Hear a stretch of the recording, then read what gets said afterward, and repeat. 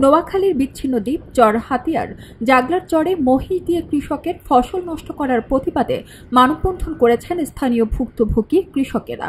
বৃহস্পতিবার দুপুরে চরকিং ইউনিয়নের পশ্চিম পাশে মেঘনার বুক জুড়ে জেগে ওঠা জাগলার চরে এ মানববন্ধন অনুষ্ঠিত হয়।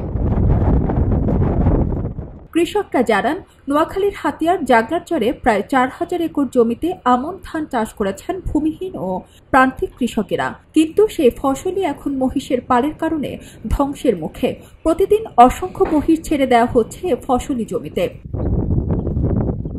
কৃষকদের অভিযোগ, স্থানীয় কিছু মহিষ মালিক ও রাখালরা পরিকল্পিতভাবে ধান খেতে মহিষ ছেড়ে দিচ্ছে। এতে ধান গাছের শীষ আসার আগেই তা নষ্ট হয়ে যাচ্ছে। ফসল রক্ষার দাবিতে জাগলার চরে মানববন্ধনে অংশ নেন প্রায় ৩ শতাধিক কৃষক।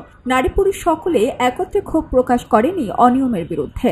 যখন আমাদের ধান টান গাছাল হয়ে গেল, তমরুদ্দিন নিজাম, আদান আলমগীর, নিজামের ভাই শামীম, এরা এদের গানের কিছু বাহিনী দিয়া আমাদের যে গিরাগারা করছি ওইটারে কাটিয়ে ফেলে দিয়া অলরেডি ওখান থেকে তারা গিরি বুঝ লুকা দিয়ে বলছে যে ওই ধান টান রাখা যাবে না, সব খাই ফেলে দিব।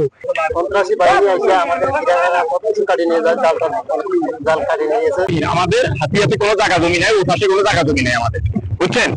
আমরা কষ্ট করে এখানে একটু ধান চাষ করছি।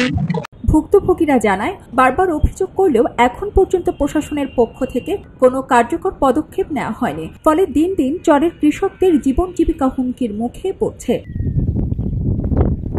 স্থানীয় কৃষকেরা দ্রুত প্রশাসনের হস্তক্ষেপ ও দোষীদের বিরুদ্ধে ব্যবস্থা নেওয়ার দাবি জানিয়েছেন।